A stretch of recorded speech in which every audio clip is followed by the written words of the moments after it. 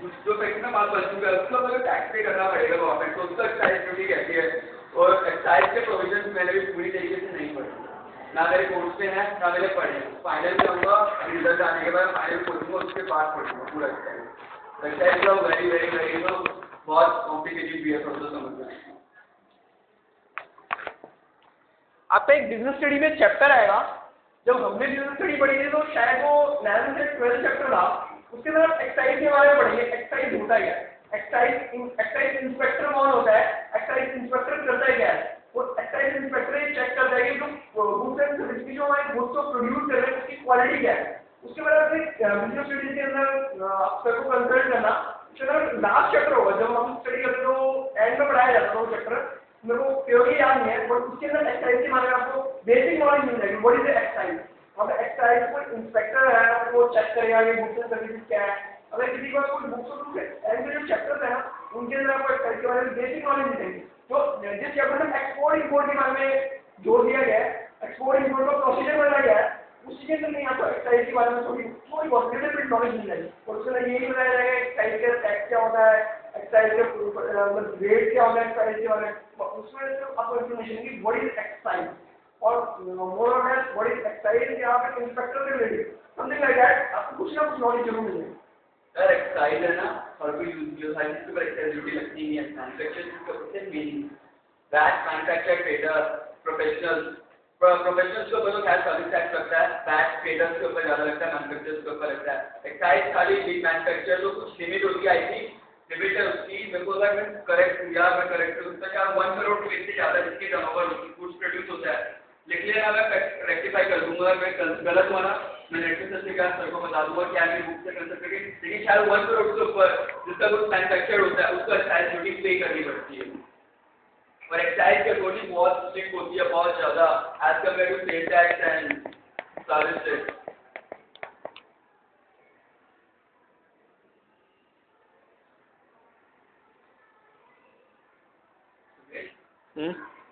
Right.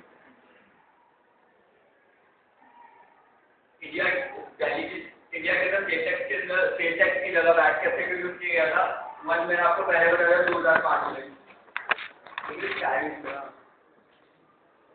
VAT और ये जो प्राइस ड्यूटी अलग अलग है और दोनों चीज भी उस पे पे करेंगे। सर वैट एक मॉडल था 1999 में, एक आपको डिटेल बताइए। मैं ये पूछ रहा हूँ कि एक ही गुड्स पे सेल करने पे दोनों टैक्स देने पड़ेंगे या एक ही? एक्साइज जो पे करा जाएगा वो मैन्युफैक्चरर द्वारा पे करा जाएगा और जो वैट पे करा जाएगा ट्रेडिंग कंसर्न द्वारा पे करा जाएगा। हाँ, तो ट्रेडिंग में वैल्यू एडेड किया तो सपोज मैं एक ही पेन ये परचेज किया मैंने किसी से 5 रुपीज का मैंने परचेज किया और 10 रुपीज का आगे। सर जो आपको मैं बेसिक नॉलेज देता हूँ, जो एक्साइज होता है वो रॉ मटेरियल की कंसर्न के ऊपर होता है। मैं ये पूछ रहा हूँ आप जो वैट कह रहे हैं क्या वैट सिर्फ वही लगेगा कि मैंने परचेज किया 5 रुपीज का, जिसने मुझे सेल किया उससे वैट पे किया, फिर मैं यही पेन जब मैं आगे 10 रुपीज का सेल करूँगा तो इसके ऊपर टैक्स दूंगा, फिर यही पेन किसी 10 रुपीज का परचेज करके 15 का परचेज को आगे सेल कर तो वो 15 पे देगा। सर ये इनपुट आपने क्या ऐसा कहीं हमने देखा नहीं कि इतनी बार वैल्यू ऐड हो रही है, वैल्यू एडेड कहाँ हो गई, जब ये बेसिक जब ये बना होगा ये पेन इसकी टोटल कॉस्ट कितनी बढ़ेगी 2 to 3 एक्साइज देंगे एक्साइज देंगे। जब ये पेन आएगा एक शॉपकीपर के पास, मान लो एक होलसेलर के पास रहेगा, एक होलसेलर के पास आएगा तो वो उसके ऊपर वैट पे करेगा। अब एक होलसेलर से एक शॉपकीपर के पास आएगा तब वो उसके ऊपर वैट पे करेगा। और वैट पे करने के भी रूल्स होते हैं क्योंकि इसके लिए वैट के लिए आपको रजिस्टर्ड होना चाहिए, आपके पास पिन नंबर होना चाहिए। मेन तो ये होगी कि जब तक इसकी मैन्युफैक्चरिंग हो गई कंप्लीट होगा उस पे एक्साइज दिया जाएगा, उसके बाद जितनी बार भी इसकी ट्रेडिंग होगी उस पे वैट दिया जाएगा। That's the main concept, that excise is paid on manufacturing goods and that VAT is paid on the trading goods. अब समझ में आया, इनके पहले से ही कंफ्यूज हो रहे थे, ना तो बोल रहे हैं ना जब भी तो कह रहा हूँ कंफ्यूजन है तो बोलो और क्लियर नहीं था ये बात। ठीक है एक्साइज जब पे करेंगे जब आपके पास 1 करोड़ का गुड मैन्युफैक्चर हो जाएगा उसके बाद एक्साइज पे नहीं करनी होती है, पर ये लिमिट होती है। आप फर्दर पढ़ेंगे अभी तो फिर एक बेसिक हम जा रहे हैं, हम डिटेल नहीं दे रहे आपको 1 करोड़ 2 करोड़ इतना मुझे भी कंफ्यूजन हो गया था, मुझे अपने एग्जाम में क्वेश्चन भी आते रहते, बिकॉज ऐसे एग्जाम तो क्वेश्चन किया था, कौन से एसीसी है, कौन सा कुछ है, चैप्टर 6 से याद था मुझे। एक सवाल पूछिए। हाँ हाँ? 1 करोड़ से कुछ कम करो प्रोडक्शन। हाँ, तो उससे जाके एक्साइज नीचे क्या पे करेंगे? बैक तो आप जब तक करोगे आप उसको आगे उसको देखो टैक्स नहीं, जब तक कुछ आपके पास है। 1 करोड़ से कम करो। 8 लाख के ऊपर देखो जाएगा आपको, बैक तो किसी को पे करना है, बैक से फाइल करके 8 लाख। 1 करोड़ का मैंने मैन्युफैक्चरिंग किया। हाँ आई हैव टू पे एक्साइज।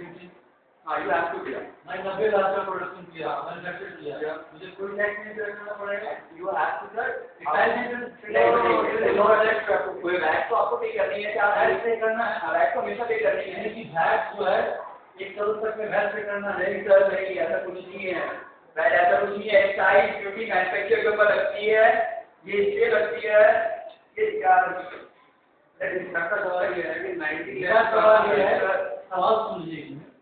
1 करोड़ तक का मैंने मैन्युफैक्चर किया खत्म, ठीक है, 1 करोड़ का, तो मैं एक्साइज ड्यूटी पे करूंगा गवर्नमेंट, ठीक है।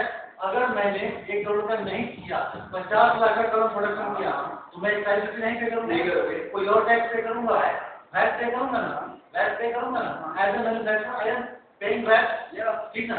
एक मैन्युफैक्चरर वैट भी पे कर सकता है, एक्साइज भी, दैट डिपेंड्स लिमिट। 1 करोड़ से ज्यादा हो गया तो एक्साइज पे करेगा, 1 करोड़ से कम हुआ तो वैट पे करेगा। बैक तो आपको चाहे 1 करोड़ का कर लो चाहे 10 लाख का, बैक आपको पे करना ही करना है, आपको स्टैंडर्ड कैरेट मिल जाता है। हाँ, आपको पे करना है, करना है। So it will be there is a contradiction that if you are a manufacturing and if you are a trading concern, exemption हर किसी में होता है। आपको practical example देता हूँ। तो फिर आपको ये लॉज वगैरह पढ़ने में कौन कौन से एग्जम्पशन है, जैसे कि सर कह रहे हैं कि अगर उनकी लिमिट 1 करोड़ से कम होगी तो एक्साइज नहीं पे करेंगे। अब इसके ऊपर डिपेंड करता है कि उनको वैट पे करना पड़ेगा। अब यहाँ पे एक मेन कंसर्न, यहाँ पे मेन बात आ रही है जो हमें समझाने हैं कि मैन्युफैक्चरिंग कंसर्न कब मानी जाएगी। मैन्युफैक्चरिंग कंसर्न अब बेसिकली तो हमें तो नॉलेज है कि भाई वो गुड प्रोड्यूस कर रहे हैं, वो मैन्युफैक्चरिंग कंसर्न है, पर आपको गवर्नमेंट को तो बताना पड़ेगा जो टैक्स डिपार्टमेंट ने क्यों है। Let's proceed with Vinny. मेरे क्लाइंट से, मेरे सगे क्लाइंट है, इनसे एग्जांपल ले रहा हूँ। उन्होंने एक्साइज भी पे करी है और वैट भी पे की है। एक्साइज का आपको क्रेडिट मिलता है जिसको मॉडर्न क्रेडिट के नाम से जाना जाता है। That be clear first. Modern credit माना जाता है, मॉडर्न क्रेडिट मिलता है आपको एक्साइज ड्यूटी पे। यार एक्साइज मैंने पढ़ा ही है, ना मुझे इतनी नॉलेज है, मैं तुम्हें बेसिक नॉलेज दे रहा हूँ एक्साइज की क्या होता है फर्स्ट। दैट्स इट, मैंने ना एक्साइज पढ़ा, सॉरी यार एक्साइज नहीं पढ़ पाया, आगे मैं पढ़ूंगा, फर्दर क्लैरिफाई कर रहा हूँ। मेरा मोबाइल नंबर ले लेना, मेरा ईमेल कर लेना, मैं क्लैरिफाई कर दूंगा। Let's proceed further. यार 3 मेथड होते हैं कंप्यूट करने के लिए। Answer sir, invoice tax credit और वाउचर मेथड जो तुमने बताया था मैंने, हर स्टेज पे टैक्स पे करने वाला। मेरा स्टेशन है, दैट्स ऑल दिस। क्वेश्चन है वो तो हम आपने आपको